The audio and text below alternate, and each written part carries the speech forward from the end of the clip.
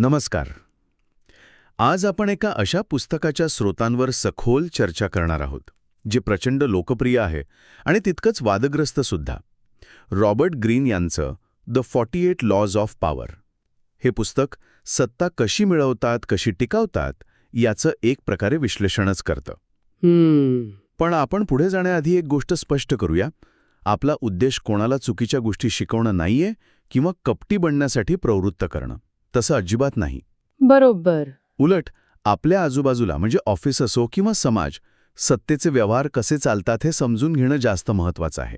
हो, जेणेकरून आपण स्वतःला सुरक्षित ठेवू शकू. अगदी. आणि कोणी आपला गैरफायदा घेणार नाही याची काळजी घेऊ शकू. बरोबर. आणि त्यासाठी आधी सत्ता म्हणजे काय हे या स्रोतानुसार समजून घेणं महत्वाचं आहे, नाही का? हो, अगदी. कारण सत्ता म्हणजे फक्त खुर्ची किंवा पैसा नाही. सत्ता म्हणजे तुमचा प्रभाव, तुमचं बोलणं किती ऐकलं जातं, तुमच्या मताला किती किंमत दिली जाते. आणि गरजेच्या वेळी किती लोक तुमच्या मागे उभे राहतात. बरोबर. ही खरी सत्ता आहे. आणि ही गोष्ट कॉर्पोरेट जगापासून ते आपल्या वैयक्तिक नात्यांपर्यंत सगळीकडे लागू होते. खरंय. तर या पुस्तकातल्या 48 नियमांवर बोलणं ते तर शक्य नाही, पण आपण काही निवडक आणि महत्वाच्या नियमांना काही गटांमध्ये विभागून त्यामागचा विचार समजून घेणार आहोत. तर सत्तेच्या या खेळाची सुरुवात होते ती स्वतःपासून. पटावरचा सगळ्यात महत्वाचा मोहरा तुम्ही स्वतः असता. त्यामुळे आपण सुरुवात स्वतःची प्रतिमा आणि प्रतिष्ठेपासून करूया. ठीक आहे. यातला पहिलाच नियम अनेकांना धक्का देणारा वाटू शकतो. नियम 1. नेहमी आपल्या बॉसपेक्षा जास्त चमकण्याचा प्रयत्न करू नका. हां. हे ऐकायला थोडं विचित्र वाटतं. म्हणजे काय, आपण आपली गुणवत्ता दाखवायची नाही का? नाही, हा प्रश्न खूप स्वाभाविक आहे. या नियमाचा अर्थ असा नाही की तुम्ही मुद्दाम वाईट काम करावं, पण त्यामागचं मानसशास्त्र समजून घ्या. अच्छा. बघा, सत्तास्थानावर असलेली व्यक्ती, मग तो तुमचा बॉस असो किंवा कोणी वरिष्ठ, त्याला नेहमी स्वतःच्या जागेची एक असुरक्षितता वाटत असते. हो, बरोबर. अशा वेळी जर तुम्ही त्याच्यापेक्षा जास्त हुशार, जास्त लोकप्रिय दिसू लागलात, तर नकळतपणे तुम्ही त्याच्या अहंकाराला धक्का लावता. आणि असुरक्षित झालेला बॉस तुमच्यासाठी सर्वात मोठा अडथळा ठरू शकतो. म्हणून तुमची चमक दाखवा, पण हुशारीने. हुशारीने म्हणजे असं चित्र निर्माण करा की तुमचं कर्तृत्व हे त्याच्याच मार्गदर्शनाचं फळ आहे. अच्छा. म्हणजे एकाच वेळी आपलं कामही करायचं आणि वरिष्ठांना असुरक्षितही वाटू द्यायचं नाही. ही एक तारेवरची कसरत आहे. अगदी. आणि याच प्रतिमेच्या खेळाला पुढे घेऊन जातो तो नियम 5. तुमच्या प्रतिष्ठेचं आणि नावाचं रक्षण करा. हो, तुमची प्रतिष्ठा ही तुमची सर्वात मोठी शक्ती आहे. एकदा का लोकांच्या मनात तुमच्याबद्दल विश्वास आणि आदर निर्माण झाला की तुमचं अर्धे काम तिथेच होतं. खरंय. लोक तुमच्या शब्दावर विश्वास ठेवतात, तुमच्यासोबत काम करायला उत्सुक असतात. पण एकदा का तुमच्या नावावर किंवा प्रतिष्ठेवर शिंतोडे उडाले की ते डाग पुसून काढणं जवळजवळ अशक्य असतं. पण प्रतिष्ठा निर्माण करण्यासाठी लोकांपर्यंत पोहोचणं गरजेचे आहे, नाही का? त्यांची नजर तुमच्यावर खिळवून ठेवणं. आणि इथेच येतो नियम 6. लोकांचं लक्ष तुमच्याकडे वेधून घ्या. बरोबर. आता मला यात एक विरोधाभास दिसतोय. नियम 1 सांगतो की बॉसपेक्षा जास्त चमकू नका, आणि नियम 6 म्हणतो की लोकांचं लक्ष वेधून घ्या. मग नेमकं करायचं काय? हा खूप चांगला मुद्दा आहे.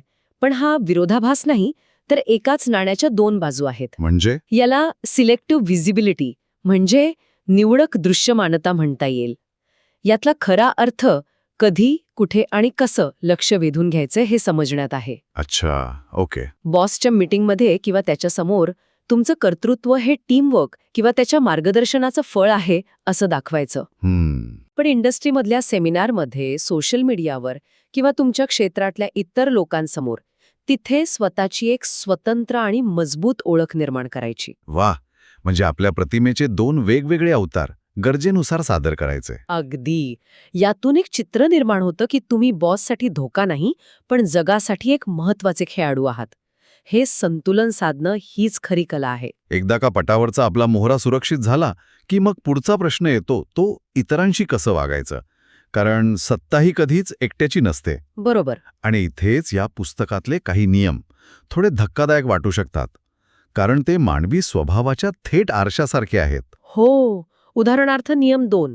मित्रांवर जास्त विश्वास ठेवू नका, शत्रूंचा योग्य वापर करायला शिका. हे ऐकून अनेकांना वाटेल की हे खूपच नकारात्मक आहे. हो, मलाही तसंच वाटलं. म्हणजे मैत्री, विश्वास यांसारख्या गोष्टींना सत्तेच्या जगात काहीच किंमत नाही का? या नियमामुळे आपण एकटे पडणार नाही का? तुमचा मुद्दा बरोबर आहे, पण या नियमाचा अर्थ मैत्री करूच नका असा नाही.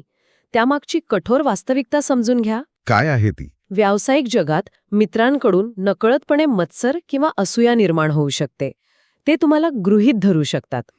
याउलट तुम्ही एखाद्या जुन्या शत्रूला किंवा प्रतिस्पर्ध्याला तुमच्या टीममध्ये घेतलं तर त्याला स्वतःला सिद्ध करण्याची तीव्र इच्छा असते. अच्छा. तो तुमच्याशी व्यावसायिक नात्याने जोडला जातो, त्यामुळे भावनांचा अडथळा कमी असतो आणि तो जास्त प्रामाणिकपणे काम करण्याची शक्यता असते, कारण त्याला तुमच्या विश्वासाची किंमत मित्रापेक्षा जास्त असते. हां, एक वेगळाच दृष्टिकोन आहे. नात्यांमधल्या भावनिक गुंतागुंतीपेक्षा व्यावसायिक गरजेला महत्त्व देणं. हो. आणि याच धर्तीवरचा पुढचा नियम आहे जो नात्यांमधल्या सत्तेच्या समीकरणावर प्रकाश टाकतो. नियम 11. लोकांना तुमच्यावर अवलंबून ठेवा. हो, आणि इथे फक्त गरजेचं असणं पुरेचं नाही. तुम्हाला त्या साखळीतला एक असा महत्वाचा दुवा बनावा लागतो जो काढला तर सगळी साखळीच तुटते. उदाहरणार्थ, समजा तुम्ही फक्त डेटा अनालिसिस करत नाही, तर तुम्ही एक अशी पद्धत किंवा असं मॉडेल विकसित करता जे फक्त तुम्हालाच उत्तमरित्या वापरता येतं. ओके. किंवा तुमच्याकडे अशी माहिती किंवा असे संपर्क असतात जे इतरांकडे नसतात. यालाच अपरिहार्य बनणं म्हणतात. इंडिस्पेन्सिबल. अगदी. जोपर्यंत लोकांना तुमची गरज आहे तोपर्यंत तुमची सत्ता आणि तुमचं महत्त्व अबाधित राहतं. पण जेव्हा आपल्याला इतरांची मदत हवी असते तेव्हा काय? अनेकदा आपण मैत्रीच्या किंवा चांगल्या संबंधांच्या आधारावर मदत मागतो. पण नियम 13 एक अतिशय व्यावहारिक आणि कदाचित कटू वाटणारा सल्ला देतो. तो म्हणतो, जेव्हा मदत मागाल तेव्हा समोरच्या व्यक्तीचा फायदा दाखवा. दयेची याचना करू नका. बरोबर. पण यामुळे नात्यांमध्ये एक प्रकारचा व्यवहार नाही का येत? संबंध कृत्रिम होत नाहीत का? हा प्रश्न खूप महत्वाचा आहे आणि हे वरवर पाहता व्यवहार्य वाटू शकतं, पण हे मानवी स्वभावाला धरून आहे. कसं? लोक इतरांना मदत करतात, पण जेव्हा त्यांना त्यात स्वतःचा काहीतरी फायदा दिसतो, मग तो आर्थिक असो, सामाजिक प्रतिष्ठेचा असो, किंवा भविष्यात तुमच्याकडून परत मदतीची अपेक्षा असो. बरोबर, तेव्हा ते जास्त उत्साहाने मदत करतात. याला नाती कृत्रिम करणं म्हणण्यापेक्षा समोरच्याच्या प्रेरणा समजून घेऊन त्यानुसार संवाद साधणं म्हणता येईल. हा जगाकडे पाहण्याचा एक अधिक वास्तववादी दृष्टिकोन आहे. म्हणजे लोकांकडून काय अपेक्षित आहे हे समजून घेणं. ठीक आहे, म्हणजे आपण स्वतःची प्रतिमा जपली, इतरांशी वागण्याचे नियम समजून घेतले, पण हे सगळं यशस्वी होण्यासाठी एक चांगली रणनीती, एक गेम प्लॅन असणं आवश्यक आहे. अगदी. आणि इथे आपण चर्चेच्या तिसऱ्या टप्प्यात येतो, धोरणात्मक विचार आणि नियंत्रण. आणि रणनीतीचा पहिला नियम आहे नियम 3. तुमच्या योजना नेहमी गुप्त ठेवा. जर तुम्ही एखादं मोठं काम सुरू करण्याआधीच त्याची सगळीकडे जाहिरात केली तर काय होईल? लोक अडथळे आणतील. हो, लोक तुमच्या योजनेत अडथळे आणू शकतात, तुमची कल्पना चोरू शकतात किंवा तुमच्या विरोधात तयारी करू शकतात.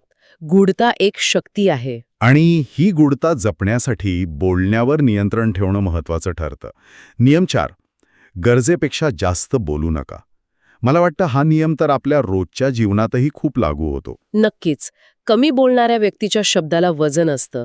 जेव्हा ते बोलतात तेव्हा लोक लक्ष देऊन ऐकतात. बरोबर. या उलट जे सतत बडबड करतात ते नकळतपणे आपल्या योजना, आपल्या भावना आणि आपल्या कमजोरी सगळं उघड करतात. खरंय. शांत राहून तुम्ही समोरच्याला जास्त बोलायला भाग पाडता आणि त्यातून तुम्हाला अधिक माहिती मिळते.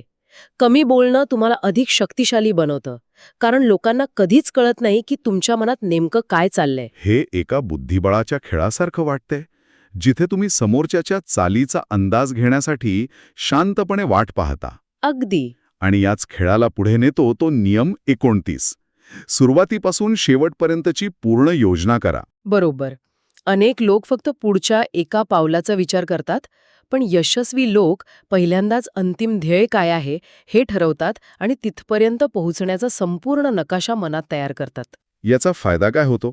फायदा असा की जेव्हा मध्ये अनपेक्षित संकटे येतात तेव्हा ते गोंधळून जात नाहीत, कारण त्यांना माहीत असतं की अंतिम ठिकाण कोणतं आहे आणि तिथे पोहोचण्याचे दुसरे मार्ग कोणते आहेत.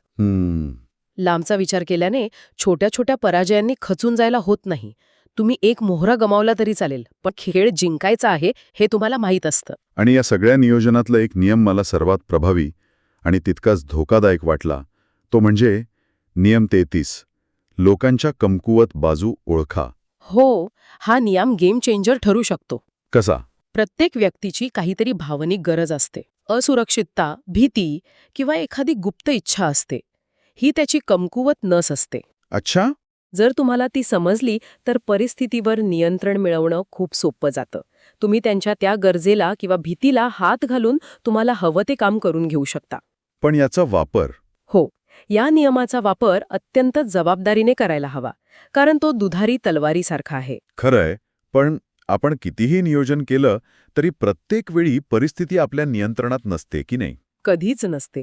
अनेकदा गोष्टी आपल्या अपेक्षेप्रमाणे घडत नाहीत. अशावेळी काय करायचं?